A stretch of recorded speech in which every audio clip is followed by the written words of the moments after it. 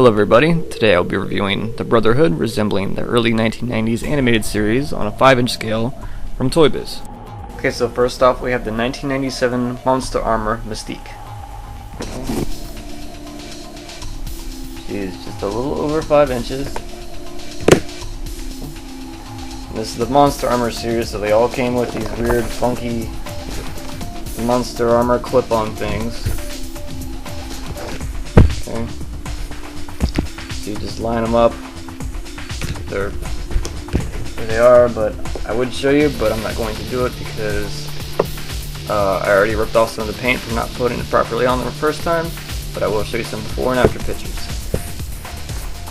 Okay, so she's a very good representation of the cartoon counterpart from the animated series. Very good face. I like the little skull. The hair has a lot of lines. I really like the skirt is actually removable. Just kind of comes off easily, but yeah, I like the skull details, and overall she is just a good figure. Not much articulation though. Just kind of outwards legs and then upwards. Yeah, a little less articulation than most X-Men, but like the form that she's in and just the figure itself and the face overall appearance is very good. I like her a lot. And this mold body was later used for the 1999 Jean Grey. Yeah, good figure. Okay, now we have the 1995 Toybiz Blob. He is just about exactly 5 inches. He comes with a little piece of chicken and a big hunk of meat. Kind of funny, which so they both will fit in there just fine. Okay. Cool feature about this character is his body is made of squishable rubber, so you can really squish him. So that's a neat feature. But the only problem with this though is because of that, his limbs and his head don't really stay in very well, but I have never had a problem with them coming out though. Had some close calls, but never comes out. And of course you can't really have much articulation with this kind of body too. So just basics ups and downs. Yeah. Not bad though, maybe you could have used some more shading. The face is very plain. And that could use some more detail too. I don't know if it's just me, but his head looks extremely small on such a big body. But at least the body is okay. I like the squish feature and the accessories. So it's passable in my opinion.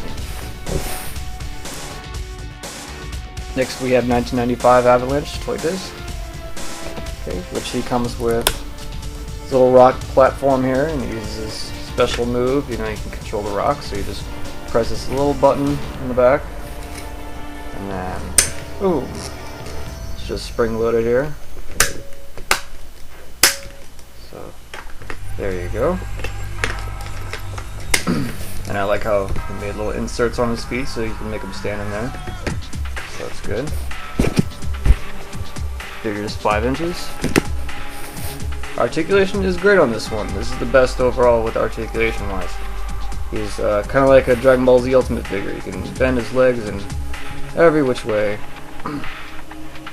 So that's cool. But his arms, they only made in the elbow though. Most likely because of the shoulder blades. Now, paint wise, they got him a little wrong too. In the cartoon, he was kind of a grayish here, like a darker gray or something like that. And I think the A might have had a little more depth to it too, or something like that. I don't know, it's been a few weeks since I've watched X-Men cartoon. But articulation wise, and this little accessory here, I think it's pretty cool. This is probably one of the best, one of my favorites. The bad guys anyway. Yeah.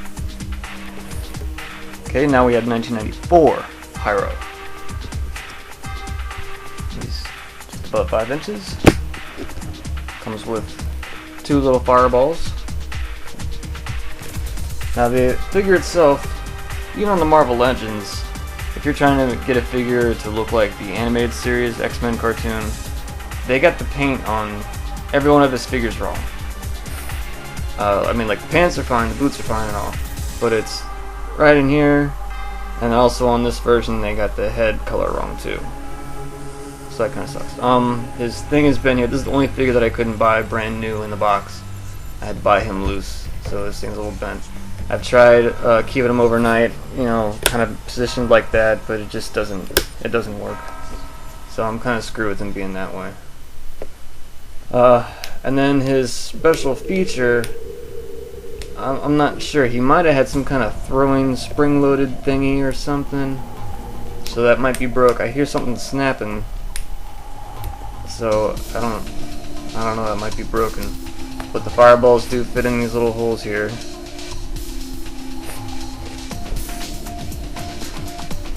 That. Like that. So, I don't know. I really don't know.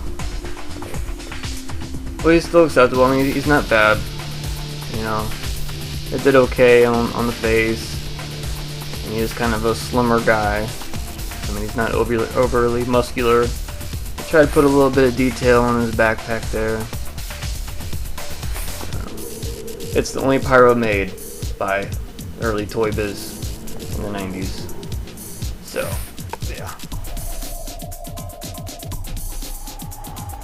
Okay, so just a few closing comments. I forgot to mention that all these figures I got off eBay, and as of this date, a lot of X-Men or X-Force, they're all still relatively cheap. Each one of these was like $5-10 plus shipping. I mean, it's nothing. But I think the Blob might give you, or it might be a hard time finding him though. I think he's starting to get a little rare. Here's a look at some of the backs. Okay. Avalanche. Shows you what the figure does a little bit. And the Blob. Monster armor. The rest of the line.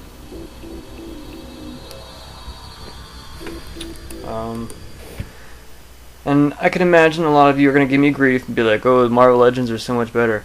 But like I said again, this is 5-inch scale, so screw you if you leave a comment like that. You're getting a thumbs down, okay? Just a little warning.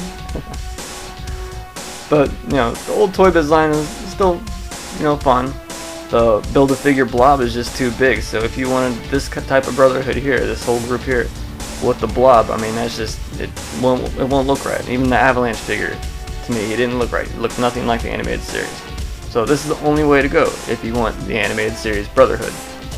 And also, of course, there was no Toad in the animated series, early in the animated series, so that's why he's not in here, of course. I think that just about covers it. So, thanks for watching. I'll see you all next time.